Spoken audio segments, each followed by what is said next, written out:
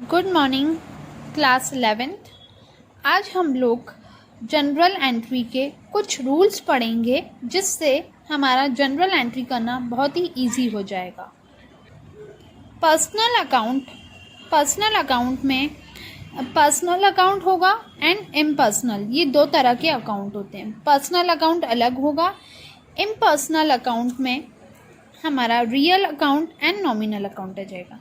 ये चीज़ अगर आप समझोगे तभी आप प्रैक्टिकल क्वेश्चन कर पाओगे। पर्सनल अकाउंट में कोई भी पर्सन की बात हो रही हो या कोई भी पर्सन से रिलेटेड एंट्री हो, जैसे सैलरी दी शाम को या रेंट रिसीव करा राम से, तो ये सब पर्सनल अकाउंट में आएंगे।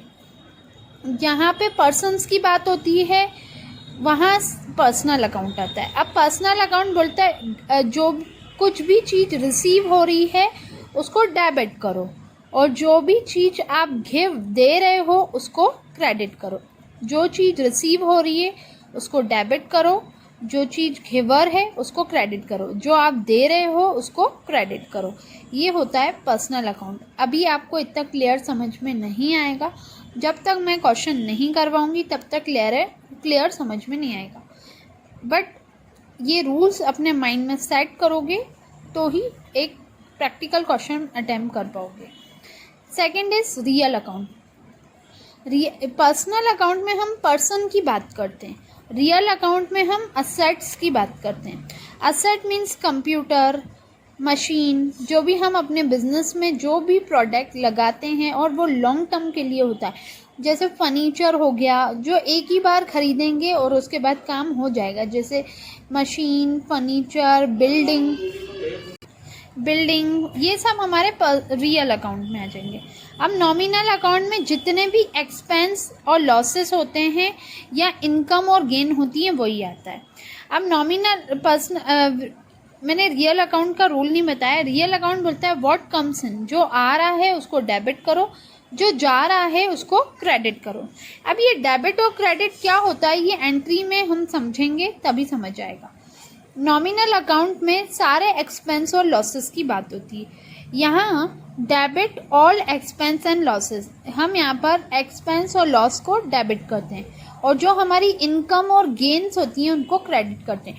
जैसे हमें सैलरी रिसीव हुई तो हम क्रेडिट कर देंगे, जैसे हमें सैलरी पेड करी तो सैलरी पेड करना हमारे लिए एक्सपेंस है तो हमने डेबिट कर दिया।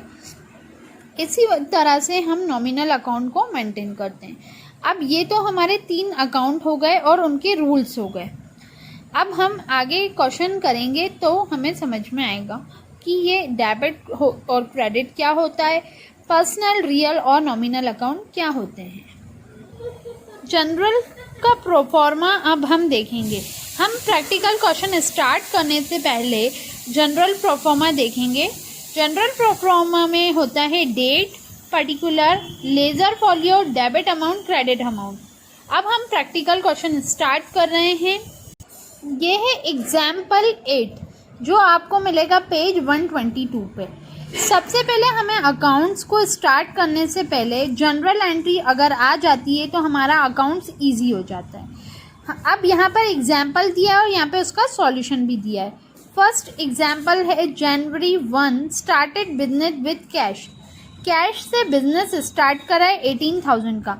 एक पर्सन है जिसने बिजनेस स्टार्ट करा है पैसों से, तो वो जब पहली बार बिजनेस में पैसा लगा रहा था तो उसने पहली बार जब बिजनेस में पैसा लगाया वो 18,000 था।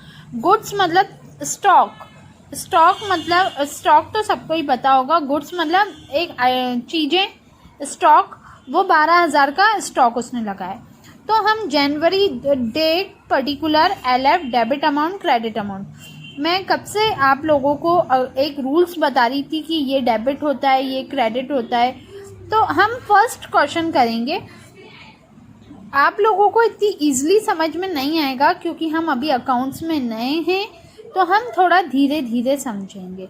Started business with cash, cash से बिजनेस स्टार्ट करा तो बिजनेस में पैसा आ रहा है, कैश आ रहा है। कैश होता है रियल अकाउंट। रियल अकाउंट बोलता है जो आ रहा है उसको डेबिट करो, जो आ रहा है उसको डेबिट करो।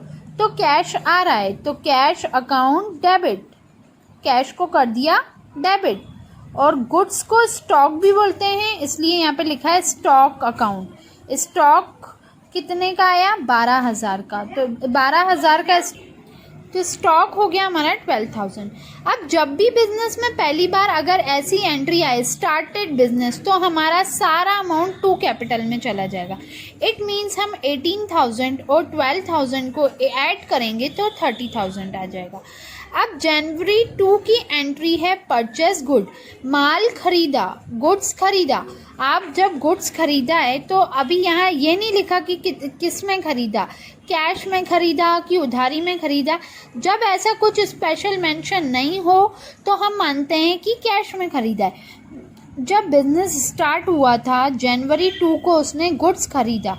गुड्स कितने का खरीदा? 5,000 रुपये का। 5,000 का उसने गुड्स खरीदा। तो हमारी जनरल एंट्री होगी परचेस कराए तो purchase account debit to cash. Goods आया तो माल परचेस करा तो purchase account debit to cash. कितने में खरीदा? 5,000। अब डेबिट वाला डेबिट में लिखते हैं और क्रेडिट वाला क्रेडिट में। तो ये परचेस के डेबिट साइड पे भी आ जाएगा और क्रेडिट साइड पे भी आ जाएगा 5,000। और ये कैसे लिखा था मैंने? कैश आया था तो कैश डेबिट था तो डेबिट साइड पे अमाउंट लिखा, गुड्स डेबिट साइड पे था तो डेबिट साइड पे लिखा, और दोनों का टोटल क्रेडिट साइड पे लिखा। अब यहाँ पे थर्ड एंट्री हो रही है जनवरी 4 को कि गुड्स सोल्ड करा मोहन लाल को। मोहन लाल को गुड्स बेचा है 450 में। मोहन लाल को गुड्स बेचा है 450 में।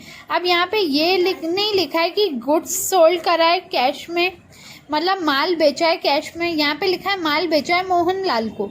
मोहन लाल को माल बेचा है, इसका मतलब उधारी पे माल बेचा है, क्योंकि कैश में बेचा होता तो मोहन लाल की जगह कैश आता। तो मोहन लाल को उधारी पे माल बेचा है 900 रुपये का।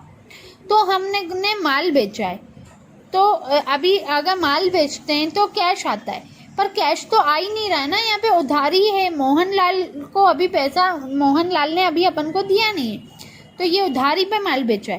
तो मोहन लाल को डेबिट करेंगे। डेबिट करने से वो ये शो होगा कि उससे पैसा लेना है, और हमने क्या करा? To sales. अब यहाँ पे डेबिट में तो DR लिख देते हैं, पर क्रेडिट में 2 लिखते हैं। क्रेडिट को हम स्पेसिफाई करते हैं 2 से। 2 मतलब क्रेडिट होता है। ओके, अब now question January 10 receive from Dinesh discount allowed. Dinesh से पैसा मिला और हमने उसको डिस्काउंट दिया। दिनेश से पैसा मिला और हमने उसको डिस्काउंट दिया।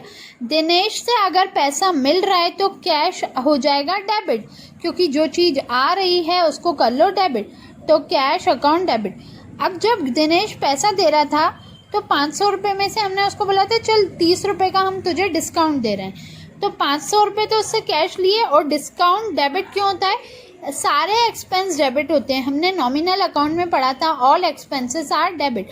तो हमने दिनेश को डिस्काउंट देंगे, एक तरह से हमारे लिए नुकसान है, और नुकसान हमेशा डेबिट होता है। टू दिनेश, दिनेश से लिया है पैसा तो इसलिए टू दिनेश आया। ओके, उसके बाद जनवरी 12 में हीरा लाल को पैसे पेड करे 500 रुपये सॉरी। तो हीरा लाल को पैसे पेड करे तो हीरा लाल अकाउंट डेबिट हो जाएगा, क्योंकि हीरा लाल को क्या हो रहे हैं? पैसे मिल रहे हैं। और क्रेडिट क्या हो जाएगा? कैश। क्रेडिट हो जाएगा हमारा कैश। हीरा लाल को हमने 500 लिए तो Hira Lal debit to cash 500। अब हमारा पेड सन्ड्री एक्सपेंस, हमने कुछ खर्चे का पैसा पे करा है, तो जो भी एक्सपेंस होता है वो डेबिट होता है। तो सन्ड्री एक्सपेंस को डेबिट कर दो। पे क्या करा है? कैश करा है ना, इसलिए कैश आ जाएगा। ओके, उसके बाद जनवरी 24 में हमने परचेस करा गुड्स मोहन लाल से। मोहन लाल से आपने गुड परचेस करा है। ओके, तो आपका क्या आ जाएगा? परचेस आप अकाउंट डेबिट किससे करा? मोहन लाल से। क्योंकि अगर हम कैश से परचेस करते तो यहाँ पे कैश आता, क्योंकि हमने उधारी पे माल परचेस करा है मोहन लाल से, इसलिए यहाँ मोहन लाल आ रहा है। जब नाम आता है तो आप समझ लो कि उधारी पे माल लिया है या दिया है। तो परचेस करा है तो इधर कितना आ जाएगा? 150। कितने का माल परचेस करा था? 150 का, तो यहाँ आ जाएगा 150 रुपीज़। ये हो गया purchase account debit to Mohan Lal. अब जनवरी 27 में लिखा हुआ है return goods to Mohanlal. Mohanlal से जो माल परचेस करा था उसमें से हमने कुछ मोहनलाल को जो खरीदा था वो सामान वापस भेज दिया। क्यों भेजा होगा? क्योंकि मोहनलाल को कुछ माल रिटर्न कर, मोहनलाल को से हमें कोई माल पसंद नहीं आया होगा तो हमने रिटर्न कर दिया होगा। तो हमने मोहनलाल को डेबिट कर देंगे और परचेस रिटर्न कर देंगे। जो माल हमने खरीदा था उसको रिटर्न कर दिया। क्योंकि हमें 600 का माल खरीदा था उसमें से हमने कुछ माल रिटर्न कर दिया होगा, इसलिए परचेस रिटर्न हो गया। 150 का रिटर्न करा इसलिए 150 रुपीज़ आ गए। उसके बाद जैन 28 में हमने कैश परचेस करा, मतलब माल खरीदा है कैश में। परचेस कैश का मतलब होता है माल खरीदा है कैश में। कितने का माल खरीदा है? 300 रुपये का। तो यहाँ पर लिखेंगे purchase account debit to cash 300 rupees. Cash sale मतलब माल बेचा है कैश में, माल बेचा है कैश में 200 रुपीज़ का।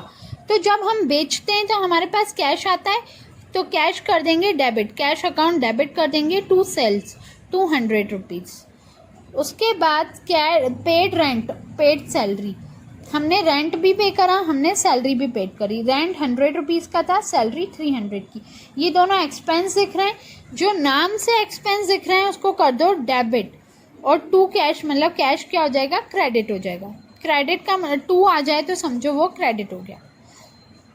ये डेबिट और क्रेडिट का किस्सा आप लोगों को आई होप थोड़ा थोड़ा समझ में आ गया होगा।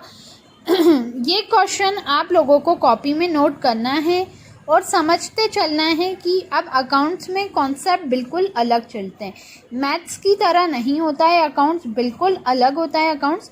तो आपको धीरे धीरे ही अकाउंट्स के प्रैक्टिकल क्वेश्चन समझ में आएंगे, एकदम से अकाउंट्स के प्रैक्टिकल क्वेश्चन समझ में नहीं आएंगे। तो टेंशन मत लेना और प्रैक्टिकल क्वेश्चंस ध्यान से करो। जो मैं करवा रही हूँ उतने ही करो, इसलिए मैं होमवर्क नहीं दे रही। Thank you class.